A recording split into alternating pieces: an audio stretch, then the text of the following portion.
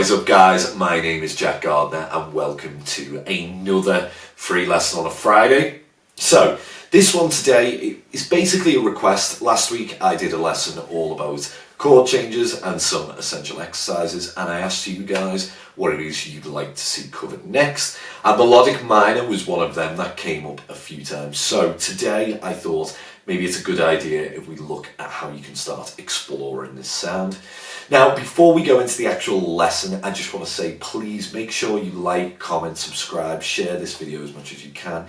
Don't forget to click the little bell for notifications. I usually post a lesson video every Friday and the rest of it is music. So usually twice a week I'm uploading on YouTube here at the minute. So yeah, guys, let's dig straight in then. This is melodic minor. What is the melodic minor scale then? Well, essentially you have to treat it like its own entity and its own set of intervals. If you think of like the major scale has its own set of 7 modes within there. The melodic minor scale is like another family. It has its own 7 modes that you can build from different degrees of the scale if you like. But I like to think of all of these in terms of their interval structure. So the way that like a major scale, you would think of it as 1, 2, 3, 4, 5, 6, 7, or root, major second, major third, perfect fourth, perfect fifth, major 6, major 7. I like to think of the melodic minor scale in the same way as kind of like a formula. So let me just play this for you now. So let's take a look in C just to keep things nice and easy. So we would have root, major second, minor third, perfect fourth, perfect fifth, major sixth, major 7, and then back to the root obviously. So all together it should sound something like this.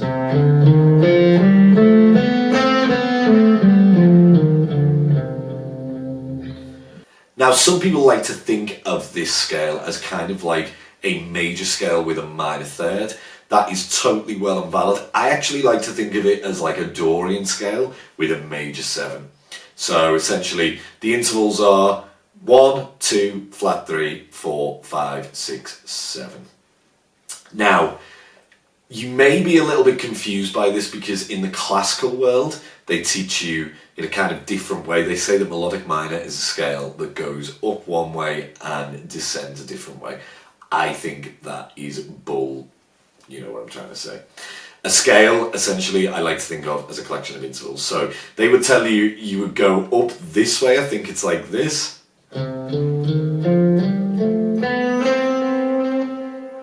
Which is melodic minor, but they would say you descend like this. That was natural minor. Now, I'm sorry, they are 2 separate scales in my eyes. I have seen it referred to as the jazz melodic minor. Forget all of that, just think of it as the melodic minor scale. That's my opinion on the matter anyway. So, first of all, I think we need to construct a chord with this. So, if we use the rule of thumb, you need a root, a third. You can have the fifth if you want, you don't need to. Remember, that is the potato interval, unless it's altered in some way, you don't really need it. And we need some kind of 7th. So in that scale, we have a root, we would have a flat 3, we can take the 5th if we want, I don't think we need it, and then we need a major 7 interval, so we get this. So, essentially, we have a chord type called a minor major 7. That just suggests that it's a flat 3 with a major 7 interval, and it would sound like this in terms of a shell voicing. Another one would sound like this. A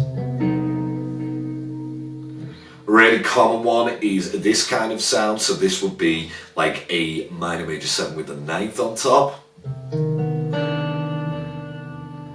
Think of like James Bond, things like that. Usually we end on this chord. Sounds wicked. So, how do we actually use it then? Well, I think the best way that I can describe it is it's used often as a substitute chord for the 4 chord in our major key. So if we were in the key of C, if we harmonise the C major scale, we would get this. So chord 1 would be C major 7. Chord 2 will be D minor 7. Chord 3 would be E minor 7. And chord 4 would usually be F major 7. Now here what we do is essentially substitute that 4 chord, the major 7, for a minor major 7 chord. So this kind of sound. You may be familiar with this kind of feel if you've heard the Beatles. You know, where I'm from, being a Scouser, this is a really common compositional tool. They will do something like this, which is exactly what's going on in the backing track. They would go chord 1, chord 4, now turn that into a minor chord. Can play either straight minor or minor major 7. It still gives the kind of same effect. If we want the melodic minor sound, I would suggest a minor major 7 chord. It's just got this feeling of like tension and then release, which I guess is what all music is about. Some people will say that sounds like jazz. I don't think that's an appropriate word to use. It's every genre. I really think the Beatles were considered jazz now, were they? So how can we practice this? Well, essentially, I think it's a good idea to basically loop this progression. So C major 7, then we could go to F major 7, back to C major 7, and then to F minor major 7. So a good place to start with this in terms of practicing it would be to loop those chords and just play, you know, the scale, essentially starting from the root note. So we could start with C major, we'd get something like this.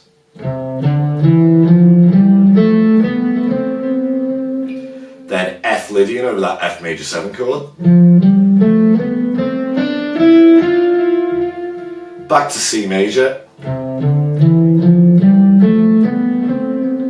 Now over that F minor major 7 chord, we would then play F melodic minor.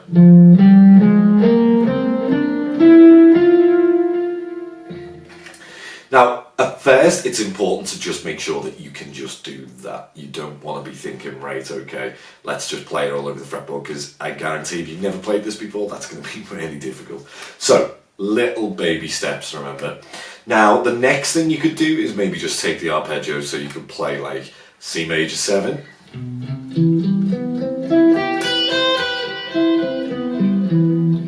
F major 7.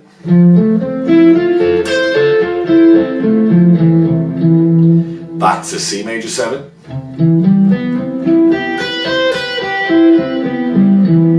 Then F melodic minor, or this F minor major 7 arpeggio, should I say, so it'd be this.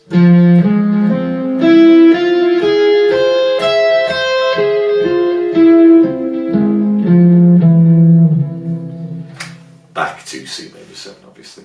Now hopefully you'll start to see where some of these notes are actually really close together. So especially when we play that minor major 7 chord, there is actually a note here that sounds really cool, and that is going to be this one. So that is A flat now in relation, or G sharp. Now in relation to C, that is technically like A sharp 5, so obviously that may not sit as well as you'd like. You can make it work over a C major 7, of course, but this is where the movement goes. So if you focus on moving between this note and resolving it to the note G, when those chord changes occur, that is going to sound wicked. So something like this, you could go.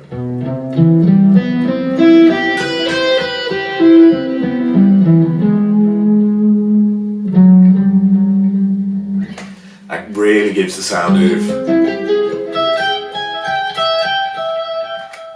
There, all I just played was essentially, I guess that's just an F melodic minor arpeggio, or if you think a minor major 7 arpeggio. So I'm starting from a minor 3rd, then I've got the 5th, major 7, I'm actually playing the 9th there of F, and that would be the minor 3rd, that would be the 5th obviously, and then that's the major 7, major 2nd, and then the minor 3rd. That works so well.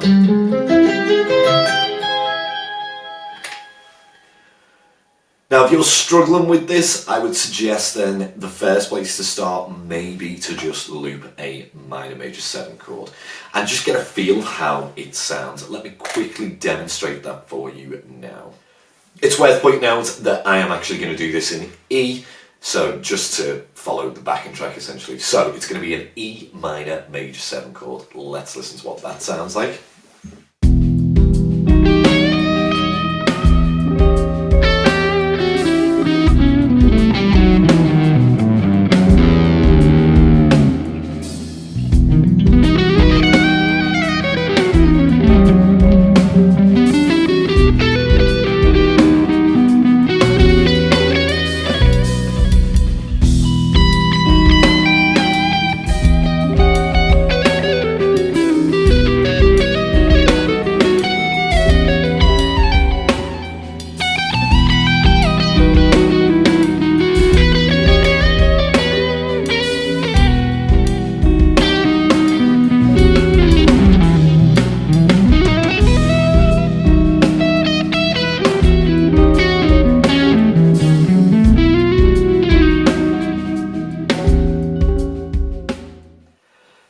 Now I hope you guys can really hear the kind of characteristics of the melodic minor over that sound. It's really all coming from this major 7 interval and the minor 3rd interval. They really give it all the juice. That's where the characteristics come from, shall we say.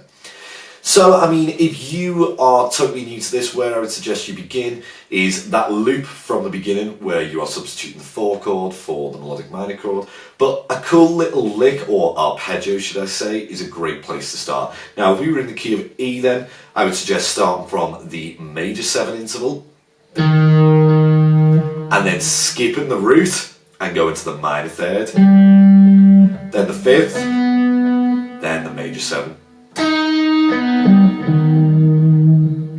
That's essentially like an augmented sound, but it sounds really cool if you play that over this E minor major 7 chord. It really works nicely.